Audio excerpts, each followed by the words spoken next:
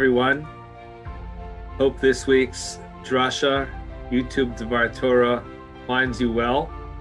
We're still missing everyone here at Shul and wishing everyone a happy Thanksgiving. We know it's a tough year. We're with you from a distance, and not being able to get together over the holiday with loved ones and family and neighbors can be very challenging. Certainly not the same, even if some people are getting together. But I want to share with you the ultimate Thanksgiving story.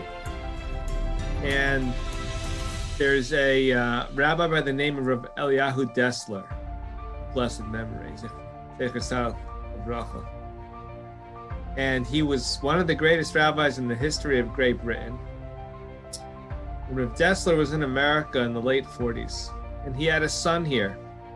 His son was able to get to America in the 40s, and he said to his son, "Who was able to help you? You're here all alone. How did you do it?" And his son mentioned a number of different people. And his son mentions the late Laser Silver, Cincinnati, Ohio, one of the leading American rabbis at the time. So Dessler said to his son, "We have to go say thank you to this rabbi for taking care of you, taking time out of his busy day and his schedule with all of his responsibilities to look after you." The son said, "Sure, no problem. I'll get you a phone. We'll schedule some time on a telephone, and you can give him a ring." And the rabbi said, his father, Rabbi Dessler, said to him, "No, we have to do this in person." He said, "But Rabbi Silver lives in Ohio. That's more than 9 hours away." He was undeterred. He took his son. They went via train. They arrived at the home of Rav Silver in Cincinnati in the wee hours of the morning.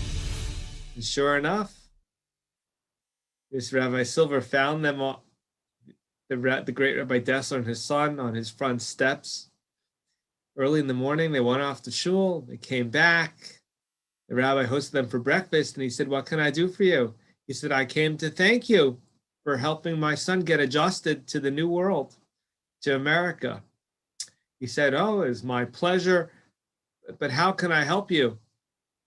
And he said, "No, I just came here to say thank you for everything you've done. My son is all set up here because of you, because of your efforts and what you did for him."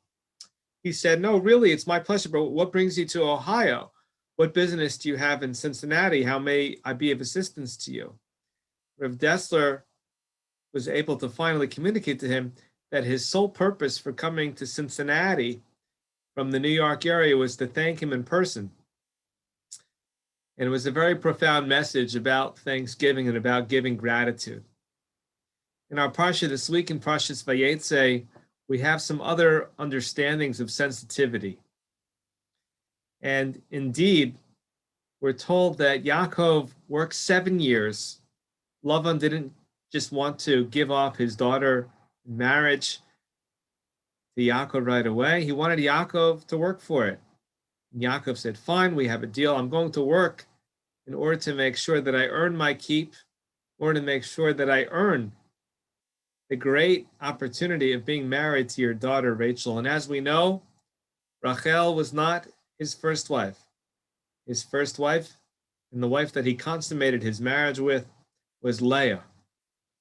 And Rav David Feinstein Zatzal, one of the great American rabbinic luminaries who just recently passed away, just a few weeks ago, he explains quite inspiringly that Yaakov had recourse. Yaakov could have taken Lavan to the authorities. Yaakov could have received justice for his father-in-law substituting Rachel with Leah. But you know what drove Yaakov to agree to immediately start another 7-year period to work? Is that he didn't want Leah to think that she wasn't worth it. He didn't want Leah to think that she was any less than Rachel.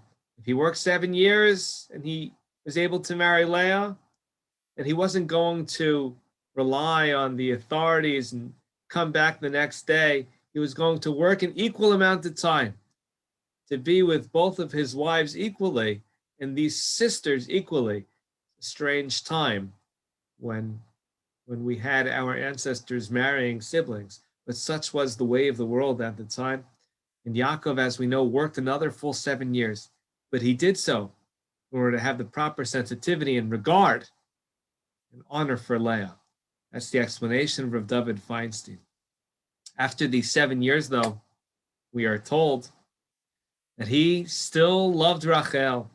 And if you look at the text itself, the text is very hard to understand because it really he says, Vayahav gamas Rachel. He also loved Rachel mile'ah, a certain kind of fullness. Vayavod mo, as it says, in another 7 years. And it's talking about in the immediate aftermath of the marriage to Rachel, Vayar Hashem, this is the verse I wanted to read to you, Ki snua Leah, Hashem saw that Leah was hated. And there's a great commentary here because you and I have always understood it to mean that Leah wasn't loved equally. That's how we see it at this time, and Hashem took compassion upon her. He reinforced the marriage that she had by giving her a child. That's the classic understanding. That's the surface level understanding. There's more to it than that. When the verse tells us that Yaakov loved Rachel even more than Leah, and then immediately after that says that Leah was not loved equally, the commentary teaches us, commentaries say that Yaakov loved Rachel more because Leah was hated. What does that mean? That means that Leah was treated unkindly. Leah was used as a substitute because Rachel recognized that it wasn't fair, it wasn't justice what was happening to Leah.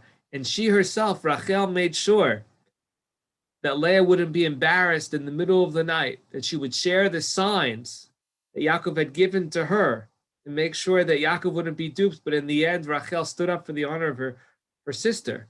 So Yaakov loved Rachel even more because of her concern, her consideration, and her love for her sister, seeing that she was not being treated fairly, that she was being treated in a hated fashion. And that's why we read these two concepts juxtaposed one to the other, that he loved Rachel even more for what she did, her sensitivity to her sister, seeing how she was treated as a substitute, as this afterthought.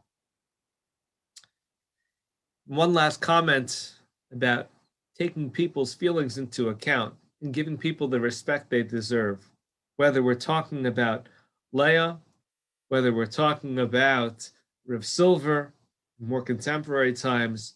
One other example, Rav Eliyahu Lopian, great rabbi, lived in Jerusalem, previous generation, one of the great rabbis, the 1900s in Israel. He says that when the Torah tells us in this parsha that he worked for Rachel for the first 7 years, thinking that he was going to eventually marry her at the end of these 7 years, was kiyamim achadim. They were very small. It felt like it went by super quickly. And he asks a question, an important question. How could these times go on quickly? When lahavdil, when we think in a very different way, different context, when a child wants something, and you say, look, you have to wait. If anybody wants anything, but they have to wait a certain period of time, it feels very long. It doesn't feel very short.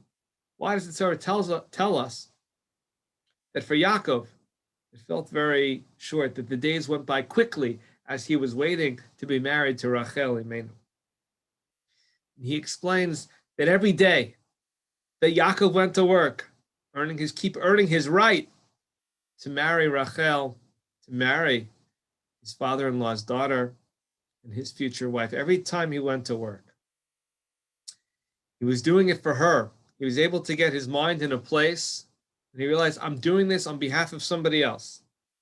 I'm doing this for her sake, not for my sake, because I want this woman as a wife as soon as possible. Did it for her sake, so that he could serve his wife, so that this would be in the best interest of her. And when you go ahead and you're so busy and you're thinking about what you can do for somebody else, and you go to work with that mentality, then time flies by. And that's what it means, ki yamim achadim. The respect, the regard that Yaakov had for Rachel and wanting to serve her, wanting to serve his spouse. And the idea that we studied about Rachel's love and admiration for her sister and how that motivated her actions. And understanding Yaakov's sensitivity to Leah. He's willing to work another 7 years. And seeing how that runs the course and that value, those qualities get passed down generation to generation. So we see that Yaakov was able to somehow transmit this, and our matriarchs were somehow able to transmit this all the way to the 1900s to Rav Dessler's Herculean efforts to go ahead and give the honor that was necessary to Rabbi Silver. So for us, the same is true as well. What kind of sensitivity can we emulate? Can we mimic from this week's Parsha? How is it that we can say thanks and express gratitude and have the right level of interaction with those around us who benefit us? Not just by saying thanks, but also being sensitive to them as human beings and their feelings and their self-confidence and their own mental well-being. To have that level of sensitivity going out of our way to express that. That is the message of Parshas Veyetze. Thank you and have a great Shabbos.